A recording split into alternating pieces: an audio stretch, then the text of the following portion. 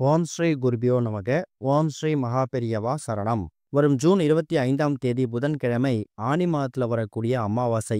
இப்ப நாம சொல்லக்கூடிய இந்த 2 பொருட்களை உங்க வீட்டோட நிலைவாசல்ல நீங்க வைக்கிறதால சகலவிதமான செல்வங்களும் சௌபாக்கியங்களும் வந்து சேரும். அது என்ன பரிகார முறைன்னு பார்க்கறதுக்கு முன்னாடி நம்மளோட வீடியோஸை இப்பதான் நீங்க ஃபர்ஸ்ட் டைம் பார்க்குறீங்கன்னா மறக்காம சப்ஸ்கிரைப் பண்ணிக்கோங்க.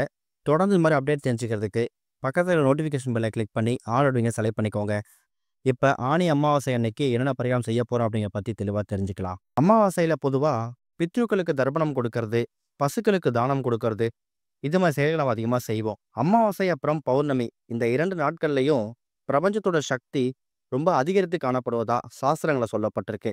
இந்த மாதிரி நாட்கள்ல நம்ம எதை செய்தாலும் அதுக்கு கிடைக்கக்கூடிய பலன்கள் முழுமையா வந்து சேரும் அப்படிங்கிறது ஒரு பெரிய நம்பிக்கை.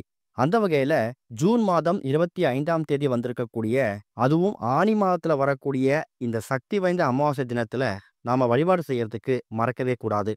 முதல்ல அமாவாசை எத்தனை மணிக்கு ஆரம்பித்து எத்தனை மணிக்கு முடியுது அப்படின்னு நீங்க தெரிஞ்சுக்கணும். ஜூன் 25ஆம் தேதி புதன்கிழமை ஆனி அமாவாசையா இருந்தாலும், ஜூன் 24ஆம் தேதி செவ்வாய்க்கிழமை மாலை 6:57 அமாவாசை திதி பிறந்துருது. அது ஜூன் 25ஆம் தேதி புதன்கிழமை மாலை சரியா 5 மணி வரைக்கும் இருக்கு. சூரிய உதயத்தை கணக்கு பண்ணி அமாவாசை திதியை நம்ம புதன்கிழமை தான் கணக்குல எடுத்துக்கணும். அமாவாசைக்கான பூஜை பண்றது, பித்ருக்களுக்கு வழிபாடு நடத்துறது, பூஜை அறையில அமாவாசை தினத்துக்கான வழிபாடுகள் நடத்துறது, இது எல்லாத்தையும் நீங்க புதன்கிழமை தான் செய்யணும். புதன்கிழமை மதியம் 12:01 ராகு காலம், காலையில 7:09 யமகண்டம். இந்த 2 நேரத்தை தவிர மற்ற நேரங்கள்ல தாராளமா அமாவாசை வழிபாடு செய்யலாம். அதுலயும் மாலை 5 மணிக்குள்ள தாராளமா இப்ப நாம சொல்லக்கூடிய இந்த வழிபாட்டை செய்யறது ரொம்ப விசேஷம்.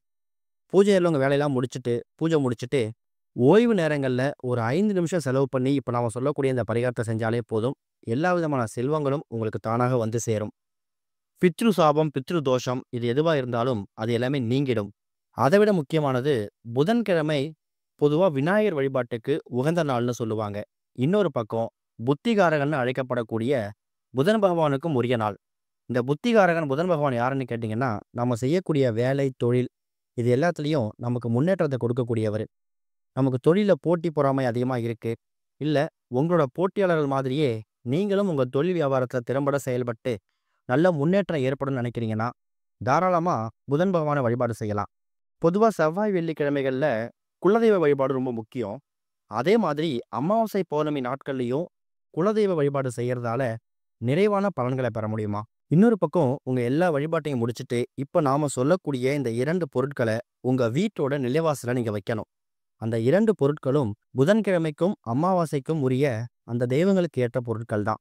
அதுல முதல் முக்கியமான பொருள் பச்சை பயிறு. இந்த இடத்துல நாம ஏன் பச்சை பயிறு எடுத்துக்கிறோம் அப்படிங்கிறது நம்மளோட பதிவுகளை தொடர்ச்சியா பார்க்குறவங்களுக்கு தெரியும். பச்சை பயிறு அப்படிங்கிறது புதன் பகவானுக்கு உரிய தானியம். ஆனி அமாவாசை புதன்கிழமை வந்திருக்கிறதால நம்ம பச்சை பயிறு எடுத்துருக்கிறோம். அடுத்ததா கொஞ்சமா பச்சரிசி. பச்சரிசி எதுக்காக எடுத்துக்கிறோம்னா, அமாவாசை அப்படிங்கிறது சந்திர பகவானுக்கு உரிய ஒரு நாள். சந்திர பகவானுக்கு உரிய தானியம் என்னன்னா நெல். அந்த நெல்லுக்கு பதிலாக அதுலேருந்து கிடைக்கக்கூடிய பச்சரிசியை பயன்படுத்திக்கிறோம். பூஜை அறை விளக்கெல்லாம் ஏற்றி வச்சுட்டு 2 ஆள் விளக்கு இல்லை சின்னதாக 2 கிண்ணம் எடுத்துக்கோங்க. அதில் இப்போ நீங்கள் வீடியோவில் பார்க்குற மாதிரி ஒரு கிண்ணத்தில் பச்சரிசியையும் இன்னொரு கிண்ணத்தில் கொஞ்சமாக பச்சை பயிரையும் வச்சுட்டு பூஜையில் வச்சு பூஜை பண்ணுங்க. முதல்ல விநாயகரை மனசார வேண்டிக்கோங்க, புதன்கிழமை அப்படிங்கிறதால. அதுக்கப்புறமா உங்கள் குலதெய்வத்தை வேண்டிக்கிட்டு கடைசியாக சந்திர பகவானையும் புதனையும் வணங்கணும். புதன் பகவான், சந்திர பகவான் இவங்க எல்லாருமே கிரகங்கள். நமக்கு வாழ்க்கையில் இருக்கக்கூடிய கிரக தோஷங்கள். பொதுவாக சந்திர பகவான் யாருன்னு கேட்டிங்கன்னா மனோகாரகன். அதாவது மனசு அலைப்பாயறது, கெட்ட எண்ணங்களுக்கு போகிறது, இது மாதிரி விஷயங்கள் எல்லாமே நமக்கு தவிர்க்கப்படணும்.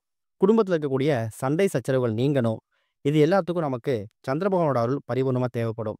புதன் பகவான் நம்ம முன்னாடியே சொல்லிட்டோம், தொழில் வியாபாரத்தில் நமக்கு புத்தியை நல்லா கொடுக்கணும், குடும்பத்தில் கூடிய குழந்தைங்களோட கல்வி மேம்படணும், இது எல்லாத்துக்கும் புதன் பகவானை வணங்கலாம். இப்படி இந்த 2 தெய்வம் மனசார வேண்டிக்கிட்டு மாலை ஒரு 5 மணிக்குள்ள உங்கள் வீட்டில் நிலைவாசலுக்கு கொண்டு போயிட்டு அந்த 2 பொருட்களையும் வச்சிடுங்க. வைக்கிறது 5 மணிக்குள்ளே வச்சிடணும். ஆனால் எடுக்கிறது மட்டும் அந்த அமாவாசை திதி இரவு முழுக்க, அதாவது மாலை 5 மணிக்குள்ளே புதன்கிழமை பூஜை பண்ணிட்டு அதுக்குள்ளே கொண்டு போய் நிலைவாசலை வச்சிடுங்க. அதுக்கப்புறம் நீங்கள் தூங்க போயிடுங்க.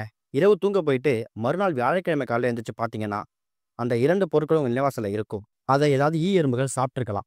சாப்பிட்டது போக மீதி இருக்கக்கூடிய பொருட்களை நீங்கள் தண்ணியில் விட்டுருங்க. இதுதான் ஆனி அமாவாசை அன்னைக்கு நம்ம செய்யக்கூடிய எளிமையான நிலைவாசல் பரிகாரம். பார்க்கறதுக்கு ரொம்ப எளிமையான பரிகாரம் மாதிரி தெரியும், ஆனால் இது மூலயமா கிடைக்கக்கூடிய பலன்கள் ரொம்ப பெருசு. பச்சரிசியும், பச்சை பயிரும் ரொம்ப சுலபமா கிடைக்கக்கூடியது. உங்க வீட்டு பக்கத்துடைய மளிகை கடைகள்லயும், சூப்பர் மார்க்கெட்லயும் பச்சரிசியும் கிடைச்சிடும், பச்சை பயிரும் கிடைச்சிடும். ஆனி அமாவாசை அப்படிங்கிறது ரொம்ப சிறப்பான நாள். ஆடி அமாவாசை, தை அமாவாசை மாதிரி ஆனி அமாவாசைக்கு அந்த அளவுக்கு பெருசா முக்கியத்துவம் கொடுக்கல அப்படின்னு சொன்னாலும் கூட, இப்ப நாம சொல்லக்கூடிய இந்த வழிபாட்டு முறையில பூஜை பண்ணி பாருங்க. கூடிய சீக்கிரம் உங்க தொழில் வியாபாரத்துல, அதை விட முக்கியமானது குடும்பத்துல இருக்கிற எல்லா சந்தேகங்களும் நீங்கி நிம்மதியான நிலையான வாழ்க்கை கிடைக்கும். ஓம் ஸ்ரீ குருபியோ நமக. ஓம் ஸ்ரீ மகா பெரியவா சரணம்.